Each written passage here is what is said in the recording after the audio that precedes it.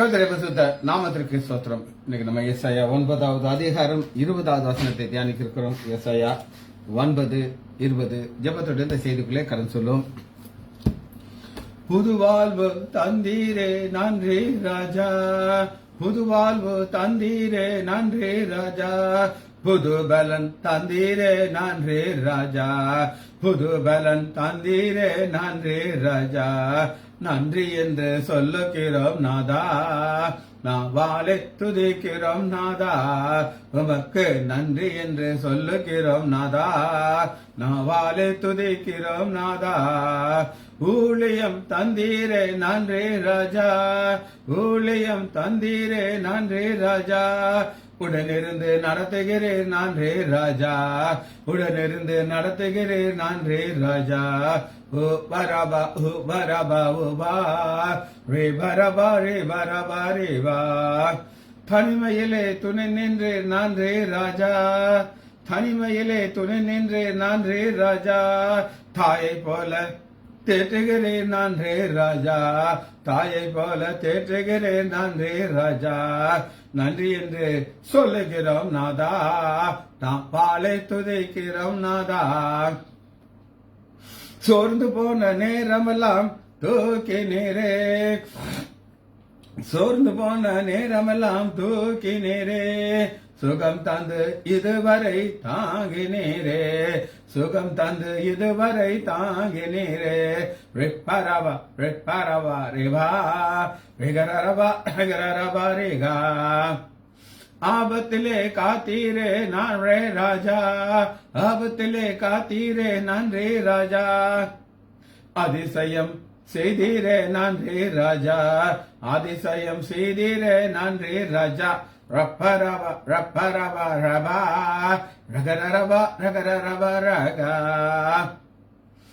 அடைக்கலமே கேடகமே நன்றி ராஜா, அடைக்கலமே கேடகமே நன்றி ராஜா, அன்பே என் ஆறுயிரே நன்றி ராஜா, அன்பே என் ஆறுயிரே நன்றி ராஜா. நன்றி என்று சொல்லுகிறோம் நாதா, நான் வாழை துதைக்கிறோம் நாதா. கடந்த நாட்கள் காத்தீரே நன்றி ராஜா, கடந்த நாட்கள் காத்தீரே நன்றி ராஜா, புதிய நாளை தந்தீரே நன்றி ராஜா. இயேசுவே நாமத்தினாலே ஜெபங்களை பிதாவே ஆமென். கர்த்தருடைய பரிசுத்த நாமத்திற்கு ஸ்தோத்திரம். பாலசுந்தரி பிரைஸ் லார்ட், மரியாள் சிஸ்டர் பிரைஸ் லார்ட், லீலா அம்மா பிரைஸ் லார்ட். வாசிப்போமா? ஏசாயா 9வது அதிகாரம் 20வது வசனத்தை தியானிக்க இருக்கிறோம். ஏசாயா 9:20.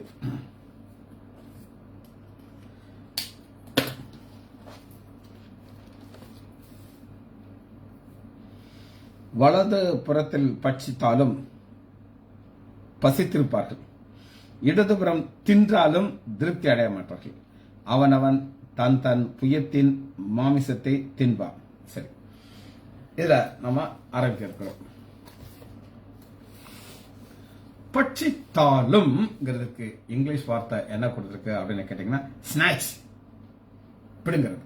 ஸ்நாக்ஸ் பட்சிக்கிறதுனா சாப்பிடுறது, ஆனா ஸ்நாக்ஸ் பிடுங்கிறது. ஸ்நாக்ஸ்ங்கிறதுக்கு ஹார்பஸோ அப்படிங்கிற ஒரு வார்த்தை, எபிரேய வார்த்தை. ஹார்பஸோ HAR ஹார்பஸோ ZO மேல ஒரு கோடு வரணும். ஹார்பஸோ ஹார்பஸோ ஸ்நாக்ஸ். இதை நீங்க எங்க பார்க்கலாம் அப்படின்னு கேட்டீங்கன்னா இதுக்கு அர்த்தம் பிடுங்கிக் கொள்வது, ஸ்நாக்ஸ். இது ஒரு எபிரேய வார்த்தை, இது ஒரு கிரேக்க வார்த்தை. சாரி, எபிரேய வார்த்தை கிடையாது, இது கிரேக்க வார்த்தை. மத்தேயு 13வது அதிகாரம் 19. மத்தேயு 13:19.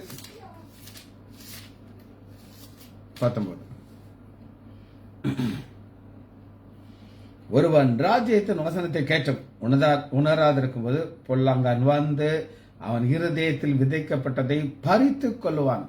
இருதயத்தில் விதைத்ததை பறித்துக் கொள்ளுவான். ஒரு நடந்த சம்பவத்தை நான் சொல்றேன். ஒரு நான் சொல்ற ஸ்டேஜ் என்னன்னா, அந்த இவங்க எல்லாம் ஊழியம் கிடையாது, இப்ப நான் மட்டும்தான் செய்திருக்கேன். டெய்லி காலையில் நான் போயிடுவேன், ஒரு கதை சொல்லுவேன், செய்தி சொல்லிட்டு வந்துடுவேன். அப்ப அந்த மெசேஜ் அட்டன் பண்றதுக்கு ஒரு பேஷண்ட் வந்தார்.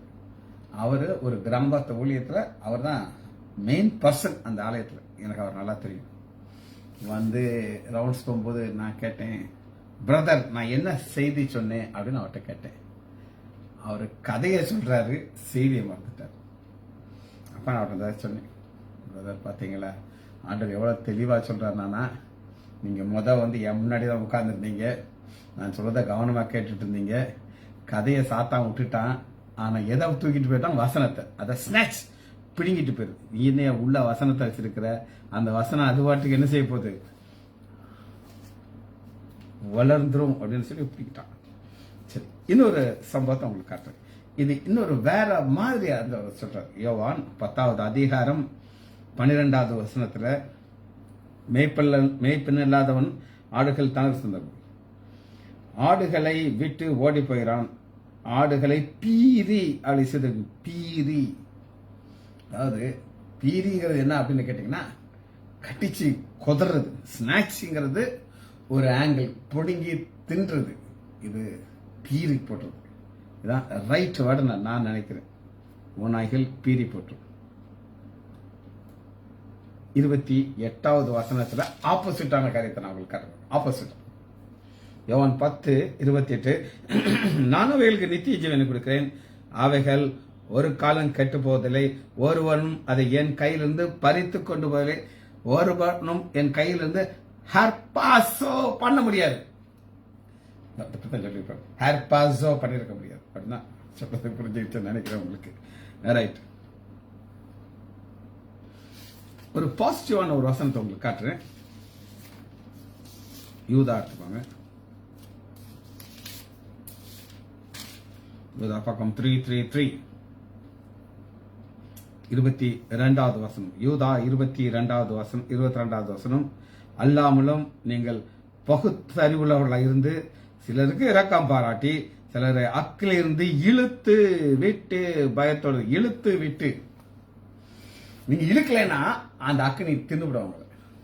நீங்க ஒருத்தருக்கு சுவிசேஷம் சொல்றீங்க, ஒருத்தர் பாதையில போயிட்டு இருக்காங்க, தவறான பாதையில போயிட்டு இருக்கிறாங்க, அவங்களுக்கு நீங்க ஒரு வார்த்தையை சொல்லி அவங்கள டைரக்ஷனை மாற்றி திருப்பிட்டீங்கன்னா நீங்க என்ன பண்றீங்க?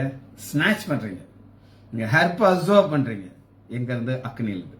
சரி, வலதுபுறம் இடதுபுறம்னு சொல்லி 2 காரியத்தை நம்ம அங்க பார்த்திருக்கோம். அது என்றது நான் உங்களுக்கு வசனத்தை வாசிக்கிறேன். எஸ்ஐயா 9வது அதிகாரம் 20வது வசனத்துல, வலது புறத்திலும், வலது புறத்துக்கு right hand.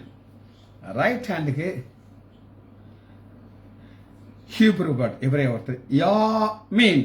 Yameen, right hand.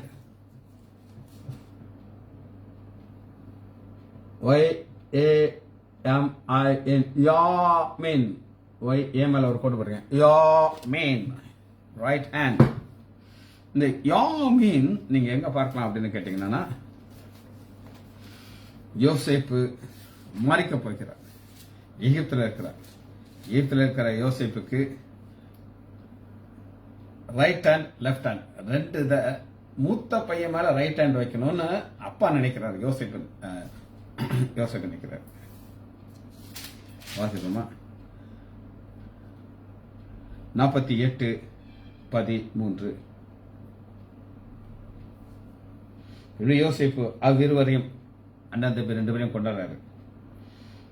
கொண்டு வந்து எப்பிராயிமை தன் வலது கரத்தினாலும் இஸ்ரவேலை இடது கரத்துக்கு நேராகவும் மனோசாயை தன்னுடைய இடது கையினாலும் இஸ்ரவேல்.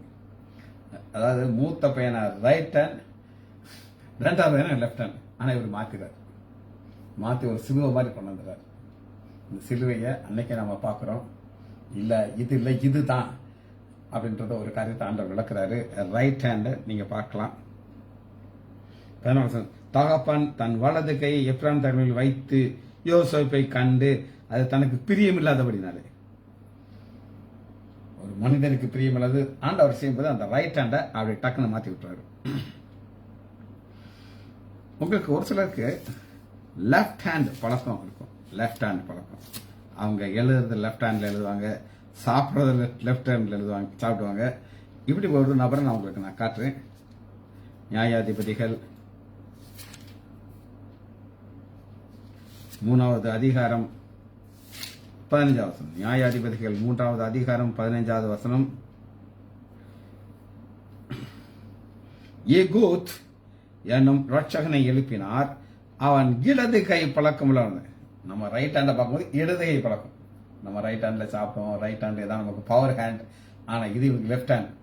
இவனை ஒரு மோவாபின் ராஜா எல்குனாலுக்கு காணிக்க அனுப்பினான். அவன் விவரமா என்ன சொல்லியிருக்கான், ஒரு ரகசியம் உங்கள்கிட்ட சொல்ல போறேன். வழக்கமா அந்த செக் பண்ணி அனுப்புவாங்க பாத்தீங்களா, இவன் லெஃப்ட் ஹேண்ட்னால அவன் கத்தி அந்த லெஃப்ட் சைட்ல வச்சிருக்கான். இவன் ரைட் சைட்ல தடவி பார்த்து ரைட் ஹேண்ட்ல கத்தியில ஒண்ணு இல்லைன்னு உள்ள விட்டாங்க. அங்க அவர் நல்லா ராஜா நல்லா பண்ணி மாதிரி தின்னு தின்னு தின்னு நல்லா அப்படி உள்ள இருக்காரு. இவன் உள்ள போய் குசு குசு குசு குசு குசு லெஃப்ட் ஹேண்ட் எடுத்து உள்ள சரணை குத்திட்டான். அவன் வயத்துல தொப்பை இவ்வளவு பெரிய தொப்பை அந்த கத்தியை எடுக்க முடியும், அது உள்ளே போய் மாட்டிக்கிடுச்சான். இவன் அங்கிட்டு கூட ஜம்ப் பண்ணி ஓடிய போயிட்டான். தேடி பார்த்தானா ராஜா செத்து கிடக்குறான். ஸோ ஆண்டவர் லெஃப்ட் ஹேண்டா உண்டாக்குனதுக்கு காரணம் என்னன்னா இந்த ராஜாவை கொல்லணுங்கிறதுக்கான. சரி, ஆண்டவர் எல்லாத்துக்கும் ஒரு நோக்கம் இல்லாம எதையுமே செய்ய மாட்டார். ஏசாயா 41வது அதிகாரம் ஒரு ஆசீர்வாதத்தை நான் உங்களுக்கு காட்டுறேன்.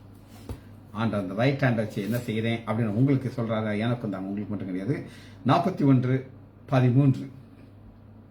ஏசாயா 41:13.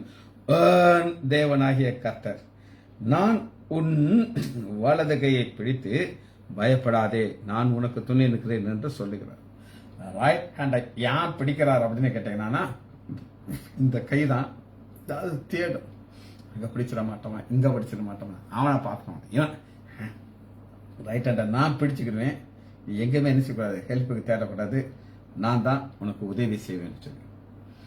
இந்த ரைட் ஹேண்டுங்கிறது ஒரு டைரக்ஷன் சொல்றாங்க. Right hand. அப்ப மோசே என்ன செய்யறாருன்னா தன்னுடைய ரைட் ஹேண்ட் என்ன செய்யறாரா நீட்டுகிறார். ரைட். அடுத்து 3வது பார்க்கணும், ஹங்கிரி, பசி. லிமோஸ், கிரேக்க வார்த்தை LIMOS, லிமோஸ். லிமோஸ் நீட்டாக ஒன்றும் கிடையாதுங்க. லிமோஸ், பசி. நமக்கு நான் சொன்ன கிரேக்க வார்த்தை. அதனால இங்க எங்க பார்க்கலாம்னா புதிய ஏற்பாட்டில் லூக்கா 15வது அதிகாரம் 17வது வசனம்.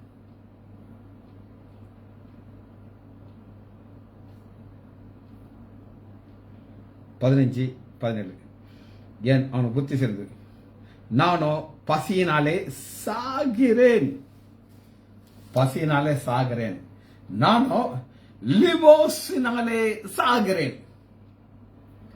ஆண்டவர் ஏன் பசியை உண்டாக்கி இருக்காரு அப்படின்னு கேட்டீங்கன்னா, அப்பதான் அவனுக்கு அப்பாவுடைய ஞாபகம், அப்பாவுடைய அன்பு நிமித்தம் வரல, இந்த பசி நாள வர்றாரு. இதுக்கு என்னன்னா பஞ்சம் அப்படிங்கிற ஒரு வார்த்தையும் இதுக்கு சொல்றாங்க. 2 கொரிந்தியர்ல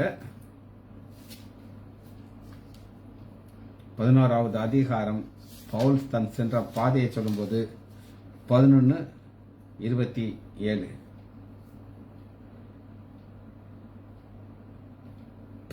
பிரயாசம், வருத்தம், அநேக முறை கண் விழிப்பு, பசியினாலும்.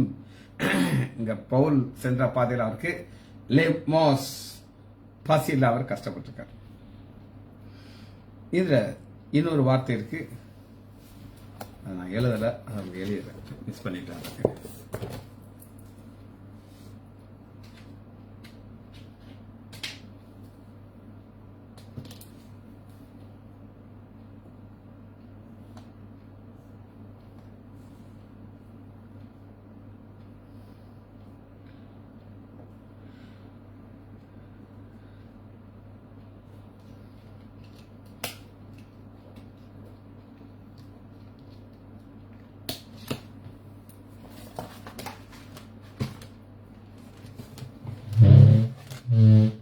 பி பட்டுங்க பாருங்க, பெனியோ, PEINAO, பெனியோ. லிமோஸ் வேற, பெனியோ வேற. இந்த பெனியோங்கிறத நீங்க எங்க பார்க்கலாம் அப்படின்னு கேட்டீங்கன்னா, மத்தேயு 4வது அதிகாரம் 2வது வசனம். மத்தேயு 4வது அதிகாரம் அவர் இரவும் பகலும் 40 நாள் உபவாசம் இருந்த பின்பு அவருக்கு பசி உண்டாயிற்று. அப்ப அதுவரை அவருக்கு பசி கிடையாது. இது நீங்க புரிந்து கொள்றதுக்கு எப்படி 40 நாள் வரை அவருக்கு பசி இல்லாம இருந்து எப்படி 40ஆம் நாள் பசி உண்டாச்சுங்கிறதுக்கு சுரேஷ் ராமச்சந்திரன் பாஸ்டர் இதுக்கு ஒரு அழகான விளக்கம் சொன்னார். நான் சொல்றேன் கேட்டுக்கோங்க. அவர் செய்தி ஒரு பாஸ்டர் சொல்லிட்டு இருக்காரு. 45 நிமிஷம் அவர் பேசுவார்னா உலகத்துல எல்லாருக்கும் தெரியும். இப்ப அந்த முடிக்க போறாருங்கிற ஒரு டைம் வரும்போது என்னையும் சேர்த்து நான் சொல்றேன், நம்ம வாட்சை பார்ப்போம். அது போகவே போகாது. அது ஒரு 5 நிமிஷம் மட்டும் என்ன செய்யாது, போகாது. என்னையா இவரும் இப்போ ஒரு சிலர்லாம் பார்த்தீங்கன்னா என்னைய மாதிரி ஒரு சிலர்லாம் இந்த கடைசி வார்த்தை இதான் லாஸ்ட் வசனம் அப்படின்னு நாங்கள் சொல்லிடுவோம். ஏன்னா மக்கள் அப்பதான் மன சாந்தி அடையும்ட்டுன்னு. ஆனா இவங்க சொல்லவே மாட்டாங்க. அப்படி சொல்லி சொல்லி சொல்லி சொல்லி சொல்லி போயிட்டே இருப்பாங்க. ஆனா அந்த லாஸ்ட் ஒரு 5 நிமிஷம் நமக்கு போவார். எப்பயா இருந்தாலும் கீழே இறங்குவார்னு இருக்கும். ஆனா இங்க பாக்குறது அதான். இது நீங்க புரிந்து கொள்றதற்கு இன்னொரு வசனத்தை நான் உங்களுக்கு கட்டுறேன். அப்ப இது உங்களுக்கு புரியும். ரோமர் 12வது அதிகாரம் 20 வசனம். அன்றையும் உன் சத்ரு பசியாய் இருந்தால் அவனுக்கு போஜனம். பசியாய் இருந்தால்ங்கிறதுக்கு இங்க நான் பாக்குறது பெனியோ. ரெகுலர் பசிக்கு லிமோஸ். ரைட். கடைசி ஒரு வார்த்தை வாசிச்சு முடிக்க போயிடும். அது ஈட். அக்கால் ஏ மேல ஒரு கோடு போடுங்க. அக்கால் நீங்க எங்க பார்க்கலாம் அப்படின்னு கேட்டீங்கன்னா இது ஹீப்ரு வார்த்தை. அதனால ஆதியாகமம் 3வது அதிகாரம் 6 3:6 அந்த விருட்ச புசிப்பதற்கு நல்லதும் பறித்து புசித்து அக்கால் முடிஞ்சிருச்சு. அக்கால் புசித்து வேலை முடிஞ்சிருச்சு. இத ஒரு சாப வார்த்தையாக ஆண்டவர் வைத்திருக்கிறார். உபாகமம் 4வது அதிகாரம் 28வது வசனத்துல ஏன் சாப வார்த்தை அப்படின்னு கேட்டீங்கன்னா இங்க நம்ம பார்க்கிறது 4:28 அங்கே காணாமலும் கேளாமலும் சாப்பிடாமலும் முகராமலும் இருக்கிற மரம் கல் விக்கிரகத்திற்கு ஒரு வார்த்தையை சொல்றாரு. அதுக்கு பார்க்க முடியாது, கேட்க முடியாது, சாப்பாடு சாப்பிட முடியாது. சாப்பாடு நிறைய படைச்சு வச்சிருப்பாங்க, அப்புறம் அவங்களே சாப்பிடுவாங்க. இதான் நம்ம பார்க்கிறோம். கடவுள் கல். முதல் முறையாக இது எங்க வருது அப்படின்னு கேட்டீங்கன்னா ஆதியாகமம் 1 அதிகாரம் 29வது வசனத்துல தேவன் இதோ பூமியின் மேல் எங்கும் விதைக்கும் சகலவித பொருள் உங்களுக்கு கொடுத்தேன், அவைகள் உங்களுக்கு ஆகாரமா இருக்க கடவுள். ஆகாரம் இதைத்தான்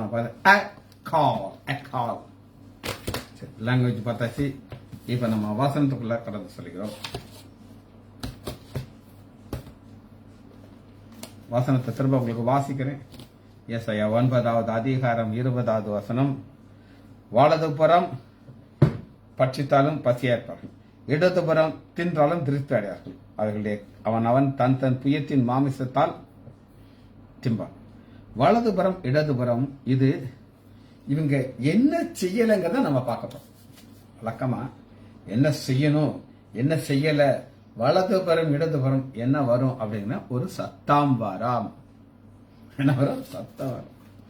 ஏசாயா 30வது அதிகாரம் 21. நீங்கள் வலதுபுறம் சாயும் போதும் இடதுபுறம் சாயும் போதும் வழி இதுவே, இதில் நடவுங்கள் என்று உங்களுக்கு பின்னாடி சொல்லுகிற வார்த்தை உங்கள் காதுகளிலே கேட்கும்.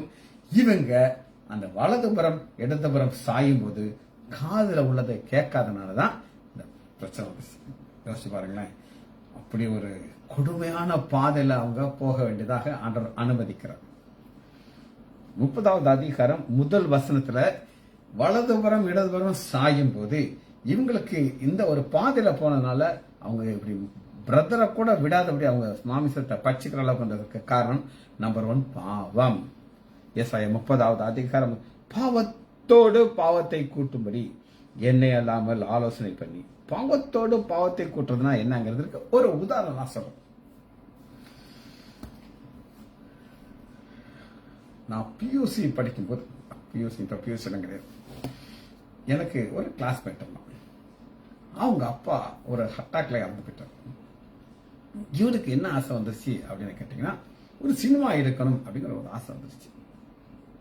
அந்த காலத்துல முத்துராமன், கேஆர் விஜயா ரிட்டையர்ட் ஆயிடுச்சு. அந்த அம்மா அதை பிடிச்சி ஒரு சினிமா எடுத்து என்கிட்ட வந்து சொன்னான், நான் தான் டைரக்ட் பண்ணுவேன், நான் தான் அதை செய்வேன் இதை செய்வேன்ட்டு. கடைசியில் பார்த்தீங்கன்னா அவன் போகும்போது ஒரே ஒரு பாவத்தோடு போனான்.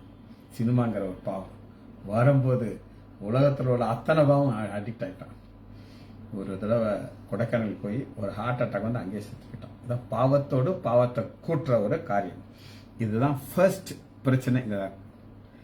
அடுத்து பாருங்க, ஏன் ஆவியை அல்லாமல். ஆவியானவர்கிட்ட ஆலோசனை கேட்கவில்லை. என்னை அல்லாமல் ஆலோசனை பண்ணி, என்னை அல்லாமல் என் ஆவியானவர், நம்முடைய பரிசுத்த ஆவியானவர் சகல சத்தியத்தை நமக்கு போதிக்கிறவர், போதிப்பார், டீச்சர். அவர் ஒரு தேற்றவாளர், அவர் நமக்கு ஒரு ஆறுதல் கொடுக்கிறவர். அதெல்லாம் இருக்குது. இவங்க ஆலோசனை கேட்கல. அவங்க ஆலோசனை கேட்கறதுக்கு ஒரு காது இருந்துச்சுன்னா அந்த வலதுபுறம் இடதுபுறம் சாய்ஞ்சிருக்க மாட்டாங்க. அவங்க கரெக்டா ஆண்டவர் பாதை, இதுவே பாதையில் அவங்க போயிருப்பாங்க. சரி, இவர்களுக்கு இரண்டாவது குறிப்பு, நான் உங்களுக்கு ஒரு 7 குறிப்பை வச்சிருக்கேன். இரண்டாவது குறிப்பு 3வது வசனத்துல பார்க்கலாம். பார்வோனுடைய பலன் உங்களுக்கு வெட்கமாகும். அதுங்க பார்வோனுடைய பலன். பார்வோன்ங்கிறது ஒரு கடவுள். அவனே ஒரு கடவுள். அவன் கடவுள், அவங்க அம்மா ஒரு கடவுள், அவங்க அப்பா ஒரு கடவுள், ஒரு கடவுள்.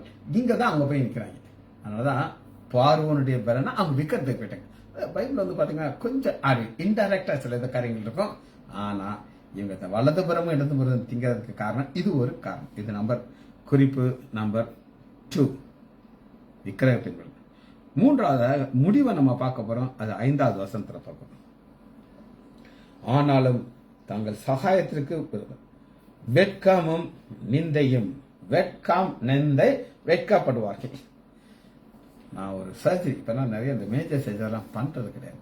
இந்த மதுரைக்காரங்கிட்ட கொடுத்துருது. ரொம்ப கஷ்டப்படுற சர்ஜரிலாம் நிறைய பண்ணியிருக்கேன். அது நேரம் நான் ஜெபம் பண்ணுவேன். என்ன ஜெபம் பண்ணுவேன், ஆண்டவரே வெட்கப்பட்டு போயிடக்கூடாது ஆண்டவரே, வெட்கப்படாதபடி நீங்க பாதுகாத்துக் கொள்ளுங்க ஆண்டவரே. அந்த சர்ஜரி என்னால முடியல அப்படின்ட்டு நான் வெளியே வரக்கூடாது, வெட்கப்படக்கூடாது ஆண்டவரே. நம்ம ஆண்டவரை நோக்கி பார்க்கும்போது நம்ம வெட்கப்பட மாட்டோம். ஆனா வலதுபுறம் இடதுபுறம் பார்க்கறவங்க வெட்கம் வந்துருச்சு. 4வது குறிப்பா 6வது வசனத்தை உங்களுக்கு காட்டுறேன். ஏசாயா 30:6. லேட்டா வந்து உங்களுக்காக சொல்றேன். ஏசாயா 30:6.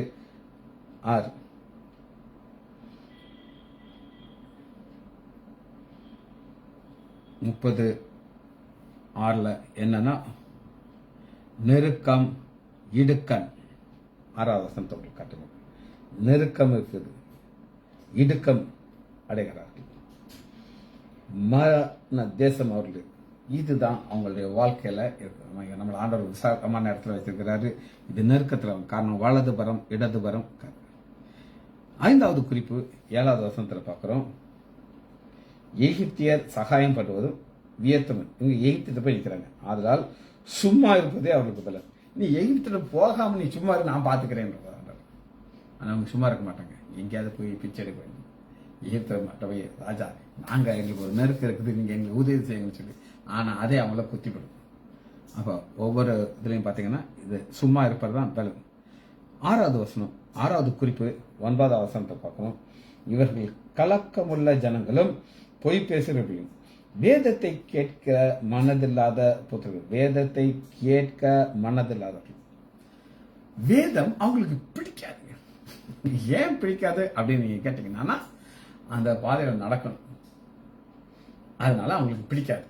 ஆனா ஆண்டவர் சொல்றாரு, நீ வேதத்தை பிடிக்காம இருந்தேல, வேதத்தை பிடிக்கலன்னா வலதுபுறம் இடதுபுறம் சத்தத்தும் உன் காதுல கேட்காது.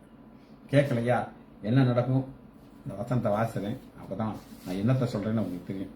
ஏசாயா 9வது அதிகாரம் 20. வலதுபுறத்தில் பட்சித்தாலும் பசி ஏற்படும், இடதுபுறத்தில் தின்றாலும் திருப்தி அடையார்கள். அவனவன் தன் தன் புயத்தின் மாமிசத்தை தின்வான். தன் புயத்தின் மாமிசங்கிறது என்னன்னா, அவன் ஒரு எஃபர்ட் எடுக்கிறான். ஒரு உதாரணம் சொல்ல, தன் புயம். நான் ரொம்ப கண்டென்ட்டடாக இருக்கேன், எனக்கு என் வாழ்க்கை போதும், இதே சந்தோஷமா இருக்கு. ஒருத்தர் எங்கிட்ட வந்தாருங்க, அவர் சொல்றாரு, அவர் கோயம்புத்தூர் வந்து இது சொல்றதுக்காக மெனக்கிட்டு வந்தார். அவர் எங்களுடைய பழைய பேஷண்ட். அவர் ஒய்ஃபுக்கு 3 டெலிவரியும் எங்கள் அப்பா தான் பார்த்தாரு, நான் ஒரு டெலிவரியை பார்த்தேன். அந்த அளவுக்கு எங்கள் கூட நெருக்கமாக இருந்தது. அவருக்கு ஒரு கனவு வந்துச்சான். இந்த கனவுல ஒரு பெரிய ஒரு லெட்டர் இருக்கான். அது என்ன அப்படின்னீங்கன்னா, டாக்டர் லைசாண்டர் மெடிக்கல் காலேஜ் அப்படின்னு இருந்துச்சான். Doctor Lysander medical college, hospital medical college. அதை பார்த்துட்டே இருந்தேன், என்ன நம்ம டாக்டர் ஆஸ்பத்திரி மெடிக்கல் காலேஜ் பிரிச்சு, இதை நான் நேராக உடனே போய் சொல்லணுன்ட்டு மெனக்கிட்ட வந்துட்டார். நான் அவருக்கு ஒரு வணக்கம் வச்சு, ஐயா இது கனவாவே போட்டோம், எப்படி போட்டோம் கனவா போட்டோம், கணக்கு வேண்டாம், தன் கையின் பலன்னா அப்படியாங்க ஆறு ஒரு 150 ஏக்கர் இடத்த வாங்கு மச்சான் சொல்லிட்டாரு. அப்ப இதுதான் தன் கையின், நான் அசையவே மாட்டேன், எனக்கு இதான் பாதை, இப்படித்தான் நான் போய் வலது வரது சாயறதே கிடையாது. இதான் நான் பார்க்குறோம், வேதத்தை அவங்களுக்கு கேட்க மனது இல்லை. சரி, 7வது குறிப்பா பார்க்க போறோம். அது 11வது வசனத்தில் இருக்கு. நீங்கள் வழியை விட்டு பாதையிலிருந்து விலகி இஸ்ரவேலின் பரிசுத்தரை எங்களுக்கு முன்பால் இராமல் ஓயா பண்ணுங்க. ஏன் ஆண்டவர் சொல்றாரு, கர்த்தரை எப்பொழுதும் எனக்கு முன்பாக வைத்திருக்கிறேன், நான் அசைக்கப்படுறேன். ஆனால் எங்களுக்கு இந்த பரிசுத்தரை வேண்டாம், நாங்கள் எங்க பாதையில தான் போவோம், எங்களுக்கு எந்த ஒரு எதிர்பார்ப்பும் கிடையாது. இதுதான் இப்ப இது ஒரு யுத்தம் அப்படின்னு நான் சொன்னேன் உங்களுக்கு. அந்த யுத்தத்தை காமிச்சிட்டு செய்தியை முடிக்க போயிடும். இது ஒரு யுத்தம். 9வது அதிகாரம் 12வது வசனம். முற்புறத்தில் சீரியரும் பிற்புறத்தில் பெலிஸ்தரும் வந்து இஸ்ரவேலை திறந்தார்கள், முன் பின் வலது இடது எல்லாமே டைரக்ஷன். இவங்க இதுதான் உங்களுக்கு இருக்குது. இது ஒரு யுத்தம். மாமிசத்தை தின்பார்கள் அப்படின்னு அது என்னன்றது மட்டும் பார்த்து முடிச்சு. ஆண்டவர் அறுமுகத்தன் யுத்தம் அப்படின்னு ஒரு யுத்தத்தை அனுமதிக்கிறார். அந்த யுத்தத்தில் என்ன நடக்கும் அப்படின்னு கேட்டீங்கன்னா, 15வது வசனம். வெளிப்படுத்துதல் 19:15. புறஜாதியார்களை வெட்டும்படிக்கு ஆண்டவராகிய இயேசு வாயிலிருந்து கூர்மையானவர், அவர் சர்வ வல்லமை தேவன், உக்கிரமன்.